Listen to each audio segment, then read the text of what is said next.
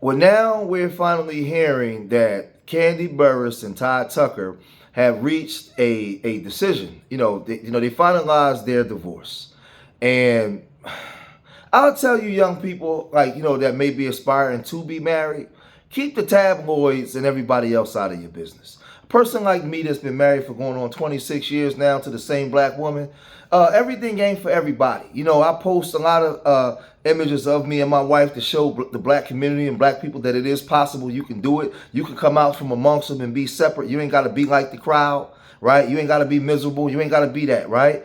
But we all remember Kandi. She was part of the group Escape, right? They had some hit songs in the 90s during my, when I was younger.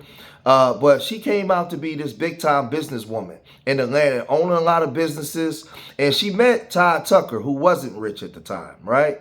And they got married. I think they met around 2011, around 2014, something like that. They got married.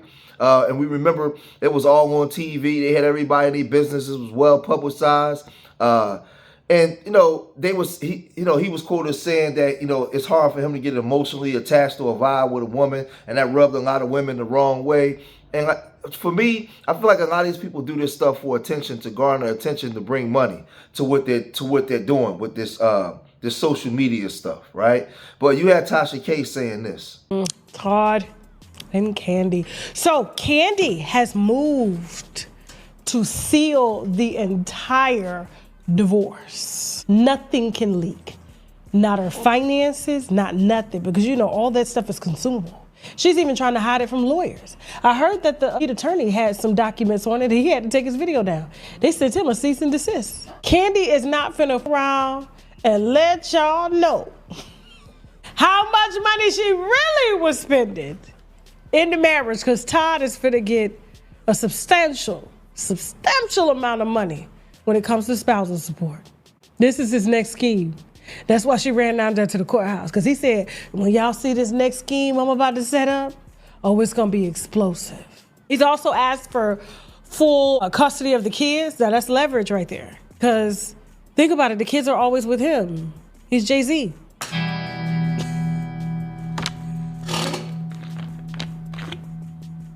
He's living a soft life. You know it. She more hard than Todd. Shit. What you talking about? They're in debt. And that's what she's trying to hide. Is that she let him finesse her. But they were married. 15 years, is that a finesse? You knew from the jump that this man didn't know what to do with money, because you wanted your man to feel like he was somebody, like Beyonce doing right now. So again, that's Tasha K speaking on the situation between Todd Tucker and Kandi Burruss. Now, mind you, like I said, when you're married, you're supposed to cover your partner. 1 Corinthians 7:4 in the KJV version, it explains to you how you're supposed to cover each other, right? And I just think that people care more about what other people think about them than the actual marriage, than the actual sanctity of marriage, right? Like, what go on between me and my wife ain't none of y'all business, right? Now, if I decide to want to disclose something, to say something, then that's fine, right? But you had Todd on this show where this woman was asking him questions about if they divorce, what do you get, and about the prenup, and you have all these non-married people questioning a married man about his marriage with his wife. I feel like you probably feel like you need this spot though because your name isn't on the deed. Not at all.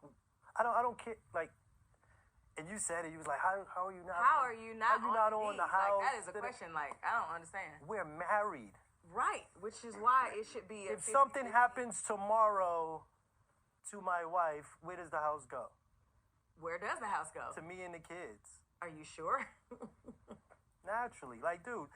We were sitting with our accountant. Let me tell you this. We were sitting with our accountant, and I was like, yeah, my name ain't on it. He was like, that shit don't matter. He's like, all of the equity that's been built in it over this time, y'all were married. That's half yours. But I don't care about that fucking house. Do y'all have a prenup? Yeah, we do. Okay. Yeah. So anything before we said is, yours. But that wasn't the before. equity came during us being together. No, but the house wasn't before it. So that's equity. Technically. Yeah, you're missing a part. The equity. So if it went up 500,000, technically half of that would be mine. Is it premarital assets though? Hey, it doesn't even really matter. But it does. No, let why I think it matters. It matters to women, right? I got married. I moved into my husband's home. Right.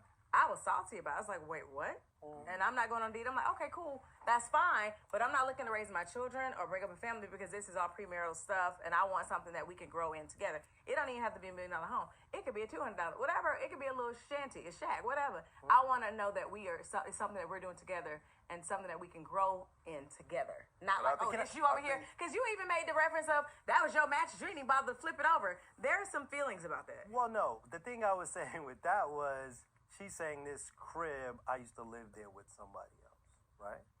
So I said, okay, well, when we were dating and I was coming to the house that you had purchased and you had did all your just kicking it in, I'm like, you had been in that motherfucker probably like 20 years. Frolicking and fumbling and tumbling. So I'm not tripping. I wasn't like, hey, I don't want to come over here and come to my spot in the city. I'm like, cool, like, we grown-ups, man. I'm about to be 50 in 2 years. I ain't tripping. Well, you know what? And I'm going to give you this point. The house is such a small percentage of what we've done together. That's true. If But I'm not worried about, we got so much other, my name is on and our name is on, that's so far more valuable, that are assets, not a liability, I'm good. Again, he's disclosing too much. And to me, listening to this woman talk, she's very immature. She's very immature. And she said when she was married. They don't, like, a lot of these people, they're not marriage material. Just because you get married don't mean that you're marriage material. You may have the dreams of always wanting to be a wife or wanting to be a husband, but that don't mean you know how to be one. That's why it only lasts for 2 days. Right? You get married and then you're unmarried. You know what I mean? Listen, as long as me and my wife been married, you know what I mean? Weddings I done been to that came and went, that's over.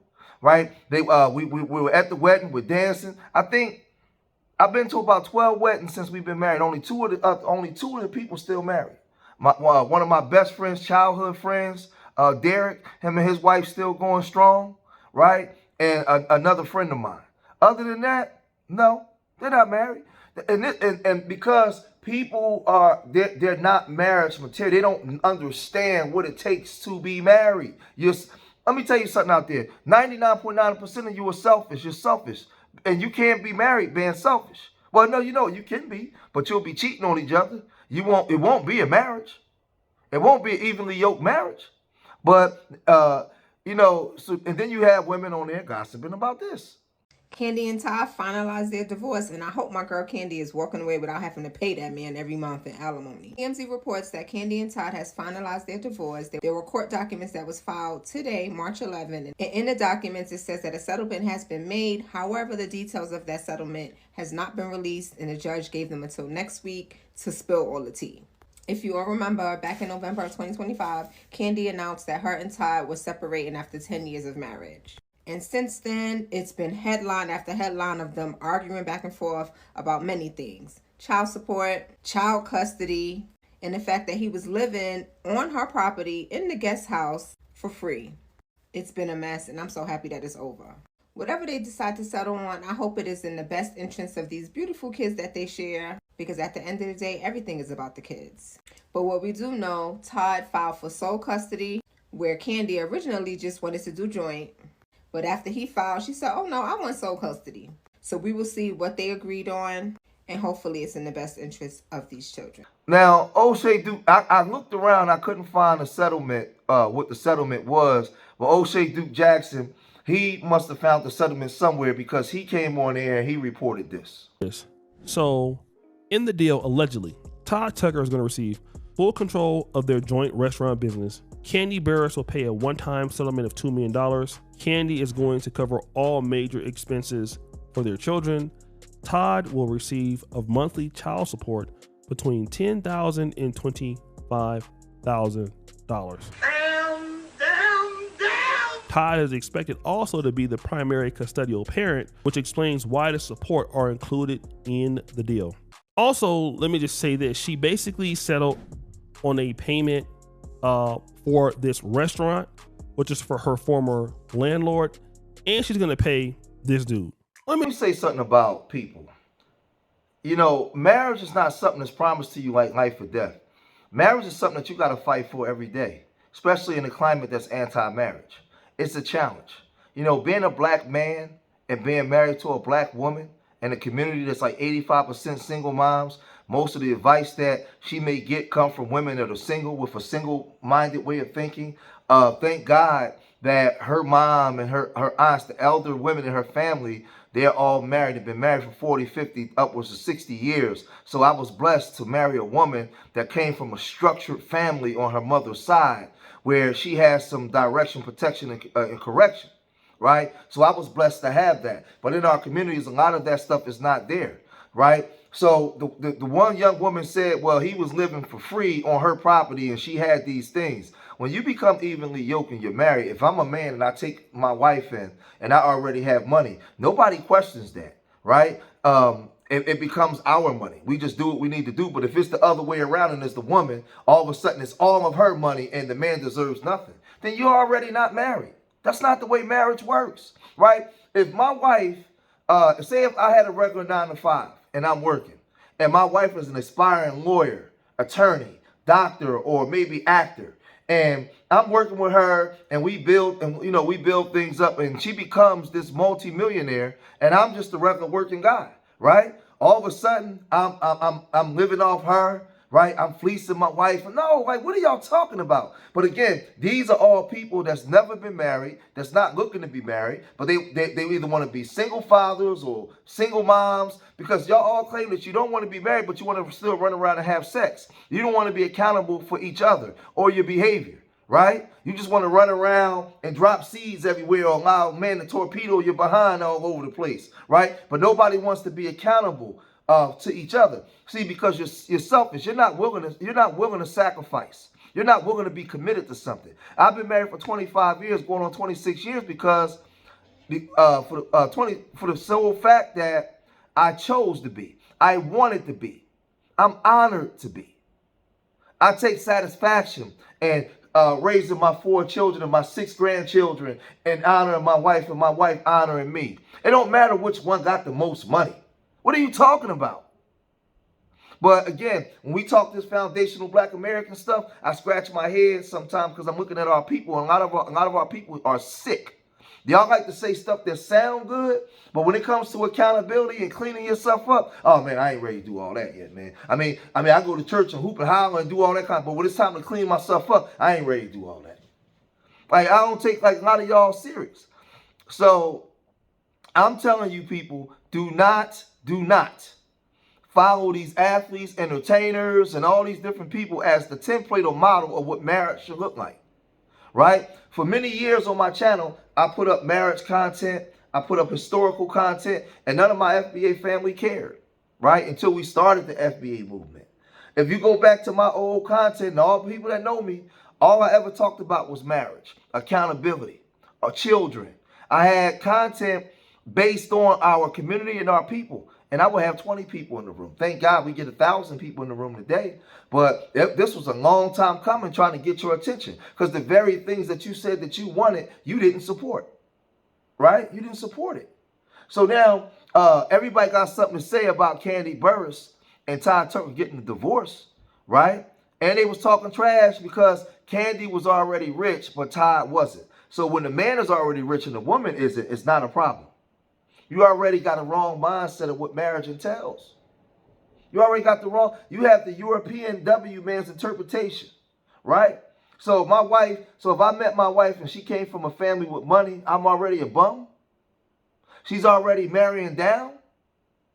Where this stuff comes from? Where this stuff comes from?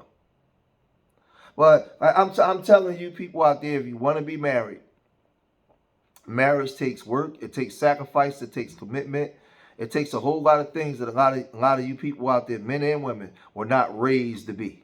You are raised to be independent and on your own.